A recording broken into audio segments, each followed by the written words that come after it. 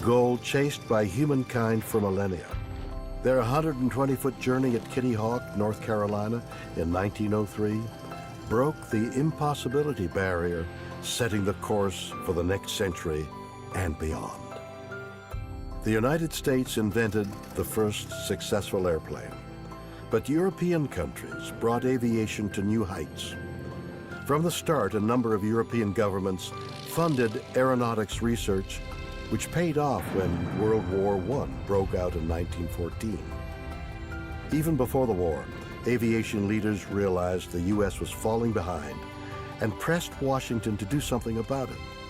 So in 1915, Congress authorized $5,000 to create the National Advisory Committee for Aeronautics, the NACA.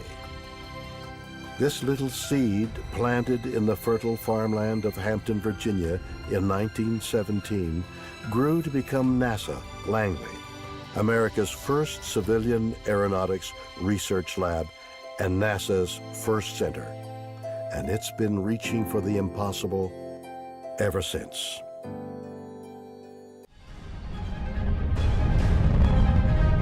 In October 1957, the Soviets launched the Sputnik spacecraft and stunned the world. The next July, President Eisenhower signed an act to create a space agency.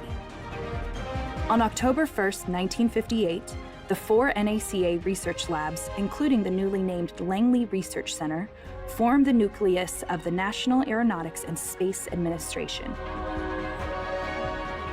NASA now included a human space program.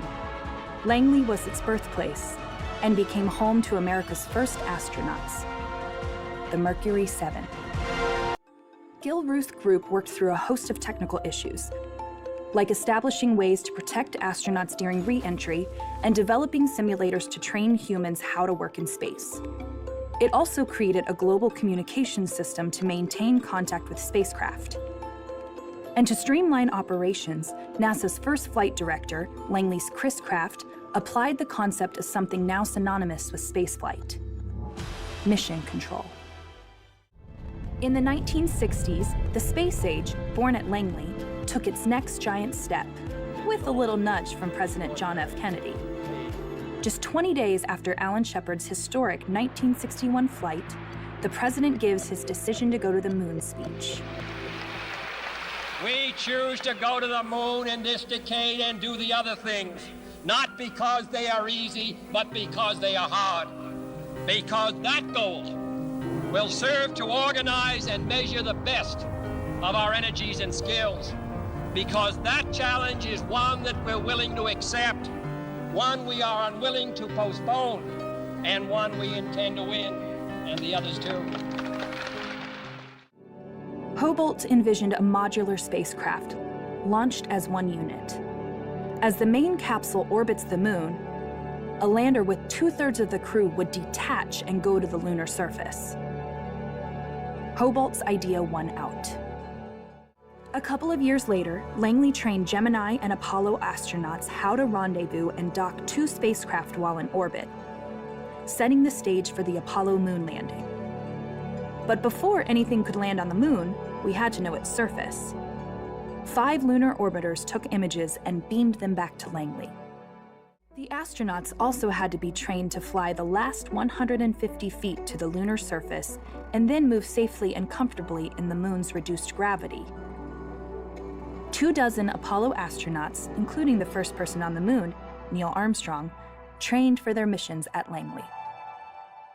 Having conquered the moon, Langley turned to the next great challenge: the Viking program to Mars. A mission to investigate the planet's atmosphere and surface and to look for signs of life. NASA Langley managed the Viking project and was responsible for the Viking lander system and mission operations. A mission to Mars is infinitely more complex than landing on the moon. The Viking 1 and Viking 2 spacecraft, each with its own orbiter and lander, would take months to make the half-billion-mile journey to a rocky, cratered planet that has very little atmosphere. When Viking 1 touched down on the Martian surface on July 20th, 1976, It became the first spacecraft to land safely on the Red Planet and keep operating. Touchdown, we have touchdown. Excellent home. Within seconds, it started taking pictures of Mars and itself, what some call the first Martian selfie. Viking was safe on Mars, gathering tantalizing data from another world. The Langley developed technologies that made it possible have continued to shape the robotic exploration of Mars ever since. By the time Viking 1 blinked out in 1982, the world's first reusable spacecraft, the Space Shuttle Columbia, was starting its 5th mission. It launched on a rocket and returned to Earth like a glider. Langley's researchers knew about reusable spacecraft from their work in hypersonic gliders and space planes. Beyond testing the preliminary shuttle designs and capturing tens of thousands of hours of wind tunnel data, Langley's engineers also conducted structures and materials tests, evaluated shuttle tire and braking systems, and improved its thermal protection system. From 1981 through 2011, NASA's 5 shuttles flew 135 missions. Its crew transported large cargo to low Earth orbit, launched, repaired, and recovered satellites, and helped build the International Space Station. With astronauts living and working in space since the year 2000, and commercial companies now conducting supply missions to the space station, NASA could focus on deep space travel. With the Red Planet again in our sights, Langley and other NASA centers are working on the Orion crew capsule and heavy lift rocket, the Space Launch System, or SLS. Just like the testing of the Saturn V and shuttle designs, SLS models are being tested in Langley's tunnels and with Langley computer know-how. And Langley engineers have led efforts to build a launch abort system designed to carry the crew away in the event of an emergency during liftoff. Versions of the Orion capsule have gone through testing at the same gantry used to train the Apollo astronauts. Splash tests of Orion mock-ups, outfitted with sensors, and some equipped with crash test dummies, will help us better understand what the spacecraft and astronauts may experience when returning home after deep space missions. From the beginning, NASA Langley has been in the business of shaping the future. First, we conquered the air, then the sound barrier. After that, the moon.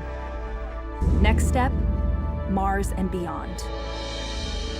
While we've celebrated successful Martian landings, starting with NASA Langley's Vikings in the 70s, and more recently, rovers like Spirit, Opportunity, and Curiosity, future missions will require larger craft, bigger payloads, and eventually human explorers.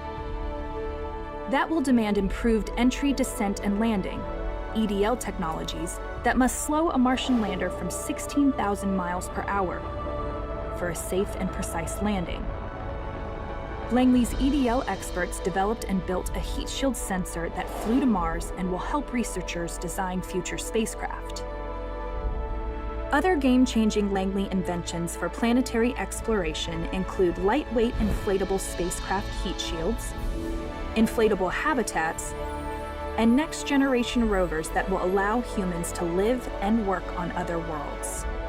100 years ago, NASA Langley rose from the farmlands of Hampton, Virginia, to become an aerospace research powerhouse. The trajectory of Langley's mission has carried it beyond the sound barrier, beyond our atmosphere, and even beyond the moon.